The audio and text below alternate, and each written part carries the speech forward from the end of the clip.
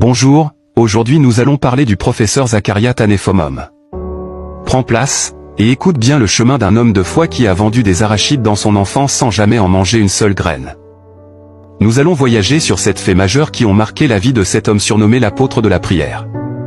Fait 1, la naissance et l'enfance. Zacharia Tanéphomom naquit le 20 juin 1945 au Cameroun, dans une famille de pasteurs. Son père était un pasteur de l'église presbytérienne et sa mère ménagère. Son enfance fut baignée dans la foi et la prière. Dès son plus jeune âge, il montra une soif insatiable de connaître Dieu et de servir son prochain. Il était toujours à l'écoute et comme tous les enfants de son âge, il était assez sportif et aimait jouer au football avec ses amis. Il avait été élevé dans une vie de discipline très soignée et rigoureuse qu'il s'est habitué au travail dur qu'il a suivi tout le long de sa vie scolaire, sociale, professionnelle et surtout spirituelle. Il disait un jour et je cite, « Je regardais mon crayon à papier pendant les vacances, j'en ai utilisé un pendant 4 années entre l'âge de 6 à 10 ans. Je gardais le crayon pendant les vacances pour l'utiliser l'année suivante, jusqu'à ce qu'il devienne si court que je ne puisse l'utiliser pour écrire. Je le remettais alors à mon père qui me donnait un nouveau crayon. » Voilà un peu l'enfance studieuse, respectueuse et soigneuse qu'avait le petit Zacharia. Fait 2, les études brillantes. Le petit Zacharia avait un principe selon lequel si une note était évaluée sur 20, pourquoi désirer avoir moins que 20? En cela, il recherchait en toute chose la valeur maximale des notes dans ses études. Il avait développé une culture de toujours viser l'excellence dans tout ce qu'il faisait. Ce qui lui a valu d'être toujours parmi les meilleurs dans toutes ses classes.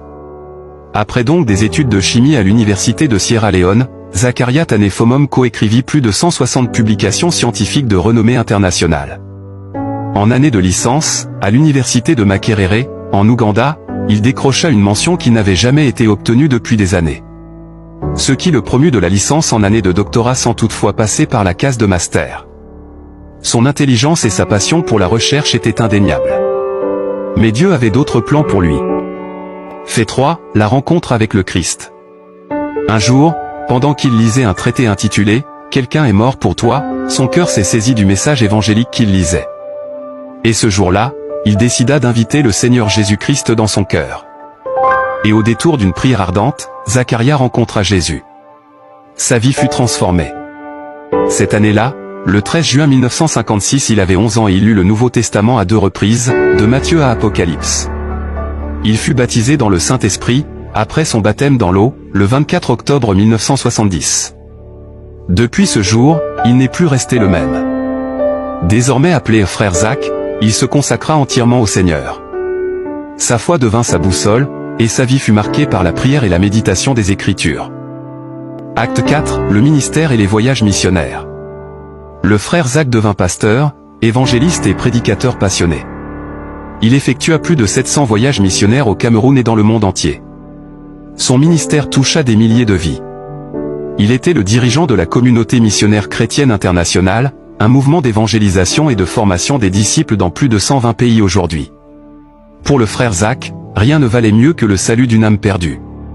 Pour lui, même s'il fallit traverser toute la terre pour aller prêcher l'évangile pour qu'une seule âme soit sauvée, il ferait le déplacement à cœur joie. Il reçut donc de Dieu la vision pour son ministère d'amener 1 milliard de disciples du Seigneur Jésus-Christ dans une obéissance totale à lui dans 250 nations jusqu'à l'an 2065. Et aujourd'hui le ministère que Dieu lui a donné continue de poursuivre cette vision et comptabilise plus de 5 millions de disciples qui obéissent au Seigneur Jésus-Christ dans 120 nations. Fait 5, la vie de jeûne et de prière. Le frère Zach pratiqua le jeûne et la prière de manière intense. Il croyait en la puissance de la communion avec Dieu. Ses exploits spirituels étaient aussi impressionnants que ses réalisations académiques. Il disait, le jeûne est le carburant de l'âme affamée de Dieu. En effet, pour le frère Zach, la seule manière pour un homme d'amener à l'existence une chose dans ce monde, c'est par la prière. Ainsi, la prière fervente était pour lui la chose primordiale. Il était un homme de prière qui priait qualitativement et quantitativement. Parlant du jeûne, il lui a été révélé par le Seigneur, la puissance du jeûne alliée à la prière. De ce fait, il savait que allier la prière à un bon temps de jeûne était une arme de destruction massive dans le camp et les plans de Satan. Alors, il les utilisait dès que l'occasion se présentait. Il a eu à effectuer plusieurs types de jeûnes partant de 1, 3 à des supralongs jeûnes de 52 jours et plus. Il priait tellement que Dieu lui a enseigné les méthodes et la pratique que ce soit du jeûne comme la prière. De ce fait, il parcourait les continents, les pays pour enseigner sur ces révélations que Dieu lui a données sur la prière. Voilà pourquoi on l'appelait l'apôtre de la prière. Fait 6, le départ vers l'éternité. Le frère Zach s'éteignit le 14 mars 2009, laissant derrière lui un héritage de foi, de courage et de dévouement. Sa vie fut un témoignage vibrant de la grâce et de la puissance de Dieu. Il avait marché sur le chemin étroit, et sa récompense était la présence éternelle du Christ. Il disait très souvent de lui-même que s'il n'avait pas été professeur de chimie, il aurait été libraire. Car, en tant qu'amoureux du Seigneur Jésus-Christ, il a écrit plus de 150 livres de ses propres mains avec l'inspiration du Saint-Esprit. Et plus de 300 issues de ses prédications. Il a également lu plus de 1500 livres sur la foi chrétienne. Fait 7, sa vie de famille. Marié à Priska Fomom, ils ont eu 7 enfants biologiques. Et plusieurs enfants adoptifs que Dieu leur a donnés pour ses desseins éternels. Le frère Zach n'était pas uniquement un homme hautement spirituel qui n'avait pas de temps à passer avec sa famille. Bien qu'amoureux du Seigneur Jésus-Christ, il était également un homme qui aimait l'homme, la créature de Dieu. Il aimait passer du temps avec les autres, rire, manger, bavarder avec eux, bien qu'il préférait de loin la compagnie de Dieu.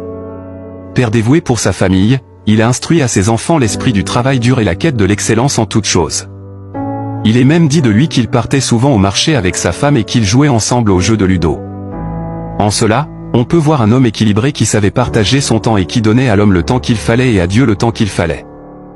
Chers amis, merci d'avoir suivi cette incroyable histoire du professeur Zacharias Tanéphomom, dit frère Zach, un homme de foi, de courage et de dévouement. Que son exemple continue de nous inspirer à marcher sur le chemin de la prière, de l'amour pour Dieu et du service chrétien. Si vous avez aimé cette vidéo, n'hésitez pas à vous abonner à notre chaîne pour ne manquer aucune de nos futures histoires inspirantes. Likez cette vidéo et partagez-la avec vos amis. Et surtout, laissez un commentaire pour nous dire ce que vous en avez pensé. Que Dieu vous bénisse abondamment. À bientôt.